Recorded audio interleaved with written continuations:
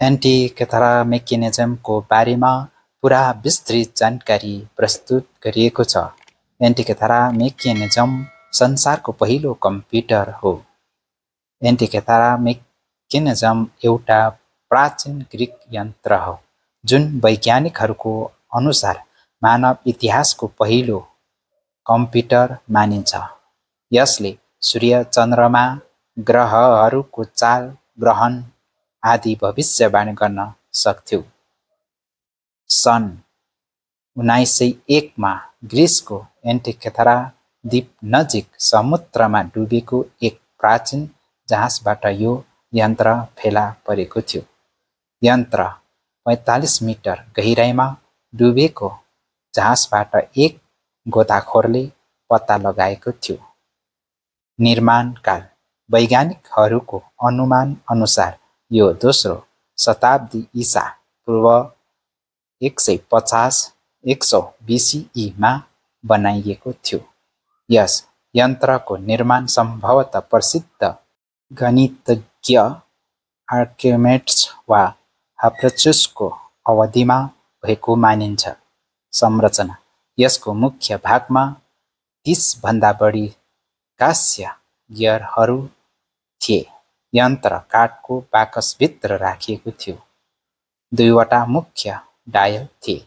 अगाडिको भाग सूर्य, चन्द्र, 5 ग्रहहरूको चाल देखाउने, पछाडिको भाग चन्द्र, सूर्य, ग्रहहरूको भविष्यवाणी गर्ने नामक 223 महिनाको चक्र देखाउने, चन्द्रमाको गति र चरण समेत देखाउने जटिल यन्त्र।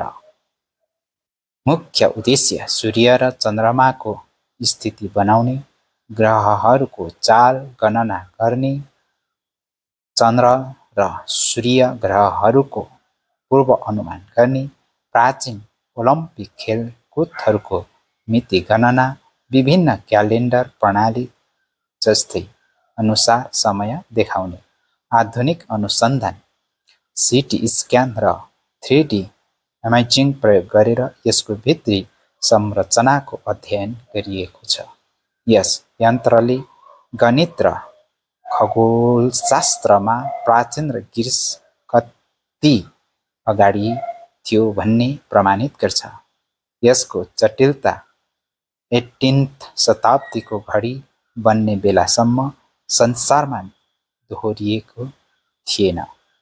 रोचक तथ्यहरू यसको 82वटा टुक्रा मात्र अहिले बाँकी छ। अनुमान छ कि पुरै यन्त्र चलाउने बित्तिकै ग्रहहरू, सूर्य र चन्द्रको स्थिति एकै पटक देखिन्थ्यो। यसले 19 वर्षको मैट्रिक साइकल पनि देखाउँथ्यो जसले चन्द्र र सूर्य वर्षलाई। अर्को रहस्यमय बगदाद ब्याट्रीको जानकारी। बगदाद ब्याट्री एउटा रहस्यमय पुरातात्विक वस्तु हो जुन अहिलेको इराक क्षेत्रमा पाइएको थियो। यसलाई कहिलेकाहीँ पार्थियन ब्याट्री पनि भनिन्छ। यसको बारेमा विस्तृत जानकारी दिएको छ। बगदाद ब्याट्रीको संक्षिप्त परिचय। खोजिएको स्थान बगदाद नजिकै इराक। खोजिएको वर्ष 1936। खोजकर्ता जर्मन पुरातात्विक कालखण्ड अनुमानित 150 BCE देखि 223 CE। पार्थियन साम्राज्य। संरचना बगदाद ब्याट्री 3वटा मुख्य भाग मिलेर बनेको छ। माटोको भाँडो, उचाइ लगभग 14 सेन्टिमिटर, भित्री खाली स्थान थियो।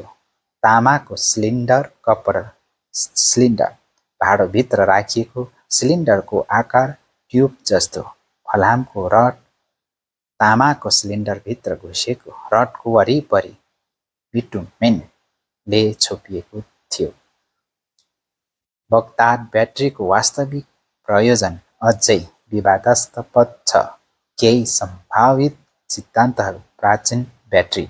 यो वस्तु लेमन जस्तो एसिडिक घोल, साइट्रस जुस, सिरकाले भरिएको भए करिब 0.5 देखि 1 भोल्टसम्म करेन्ट दिन सक्थ्यो।